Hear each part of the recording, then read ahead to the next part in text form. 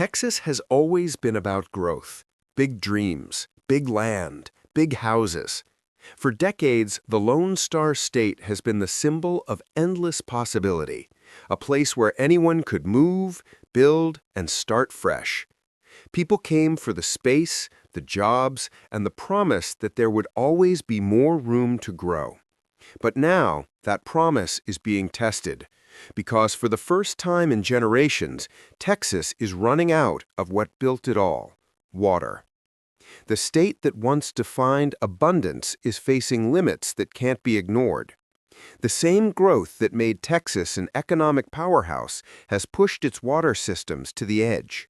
And as new homes rise and new families move in, the question isn't just where people will live, it's whether there will be enough water to sustain them. This is not a story about a single drought. It's about a state whose housing boom is colliding with the realities of climate, infrastructure, and time. And what's happening beneath the surface could quietly reshape Texas's future. For years, Texas was the winner of America's migration boom. When people fled California's high prices and regulation, they came to Texas. Austin became the new tech capital. Dallas-Fort Worth expanded faster than almost any metro area in the country. San Antonio and Houston absorbed wave after wave of new residents. Between 2010 and 2023, Texas added more than 5 million people, the equivalent of a new city larger than Los Angeles. Developers raced to keep up. Farmland turned into subdivisions almost overnight. Entire neighborhoods appeared where grassland had been only a year before, and at first, it felt unstoppable. But growth has a cost.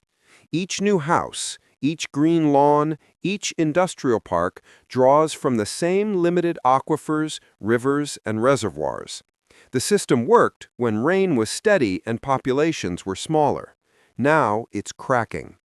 By 2025, more than half of Texas counties were listed by state agencies as facing high to extreme water stress.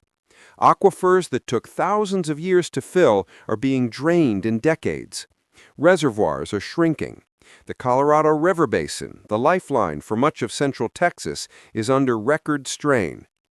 In towns outside Austin, wells are running dry. Farmers are being asked to cut irrigation.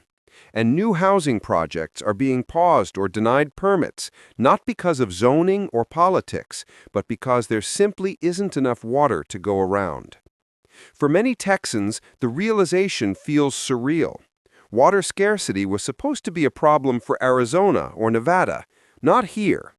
But the truth is, Texas is now on the front line of America's next great resource challenge, and housing is at the center of it.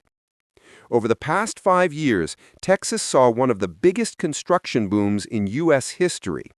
Developers built hundreds of thousands of homes to meet demand, but as interest rates rose and costs mounted, a slowdown began. Now water scarcity is adding a new layer of risk that few had accounted for. Some cities like Austin, Kyle, and Dripping Springs have already implemented water moratoriums, restricting new hookups for builders. Others are warning that if rainfall doesn't rebound, they'll be forced to follow. In a state built on optimism and expansion, those words hit hard, because water isn't just a utility, it's the foundation of property value. If people believe water may not be there in 10 years, demand can evaporate overnight. For now, the housing market in Texas remains strong on paper. Home prices dipped after the 2022 rate hikes, but demand returned in 2024 as buyers adjusted.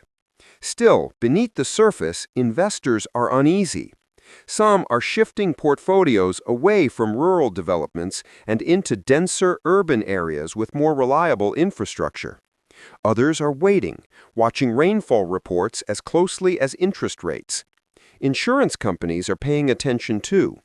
Just as Florida faces an insurance crisis due to hurricanes, Texas is quietly developing one around drought and heat. Extended dry spells are leading to foundation damage, cracked pipes, and sinkholes, claims that add up quickly. Premiums have risen across much of the state. And as water becomes more uncertain, insurance models are beginning to reflect that risk. The ripple effects touch everyone. In places like San Angelo, residents are facing restrictions on lawn watering. In the hill country, some private wells have already gone dry, forcing families to truck in water. And in booming suburbs north of Dallas, new developments advertise water-smart landscaping as a selling point, a reminder that the resource once taken for granted is now a luxury feature. But the crisis is not uniform.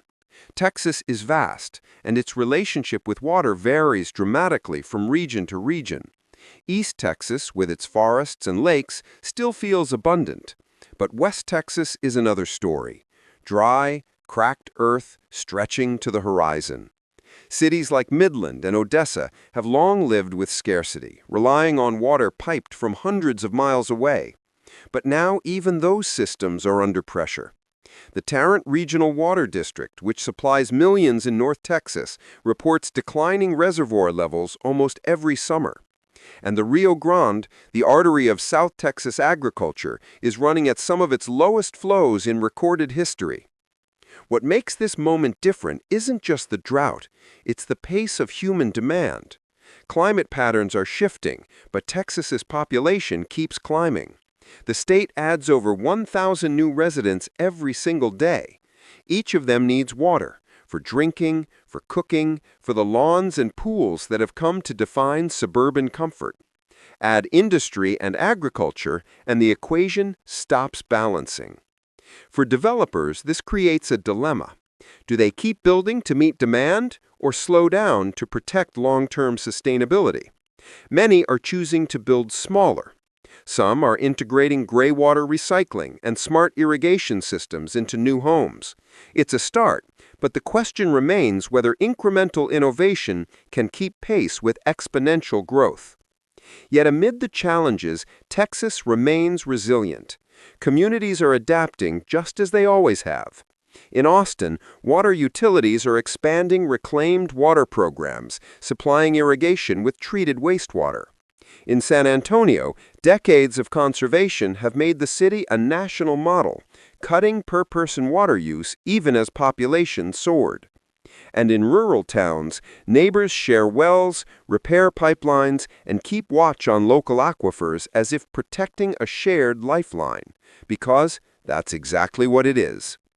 These acts of adaptation reveal something deeper about Texas, its ability to confront limits without losing hope. There's a growing recognition that the state's future won't be built on endless expansion, but on smarter growth. That housing, water, and sustainability are not separate stories, they're one story. And the decisions made today will determine whether Texas remains a land of opportunity or becomes a cautionary tale. Still, the challenges ahead are serious. The Texas Water Development Board projects a supply shortfall of more than 7 million acre-feet by 2070, enough to support millions of homes. Without investment and innovation, that gap could cripple economic growth. But with foresight, it could spark a new wave of progress in desalination, water reuse, and infrastructure renewal. Some of that is already happening. Along the Gulf Coast, new desalination projects are being proposed. Tech startups are piloting sensors that detect leaks and monitor usage in real time. And cities are beginning to collaborate rather than compete, pooling resources to secure their shared future. These changes won't happen overnight. And in the meantime, the housing market will continue to adjust. Buyers are learning to ask new questions, not just about square footage or school districts, but about water sources, well depth, and municipal capacity. Realtors talk about drought resilience the way they once talked about commute times. And homeowners are learning that sustainability isn't a buzzword, it's value. It's tempting to see all this as a crisis, and in many ways it is, but it's also a turning point. For decades, Texas embodied the American ideal of limitless growth. Now it has the chance to embody something else, responsible growth, a balance between opportunity and preservation, between the dream of expansion and the reality of survival. If Texas can adapt, if it can find ways to thrive within its limits, it could become a model for every fast-growing region facing the same pressures. Because water scarcity isn't just a Texas story, it's a preview of what's coming to much of the country. From the plains to the coasts, climate change is rewriting the rules of where and how we live. Texas just happens to be the testing ground. And in that sense, its struggle is everyone's. The droughts, the cracked soil, the drying rivers, they tell a story about more than real estate. They tell a story about adaptation, about resilience, and about the human capacity to build even when the odds seem to shrink like the reservoirs that sustain us. In the years ahead, there will be winners and losers in this new housing landscape. Some regions will stabilize, others will falter.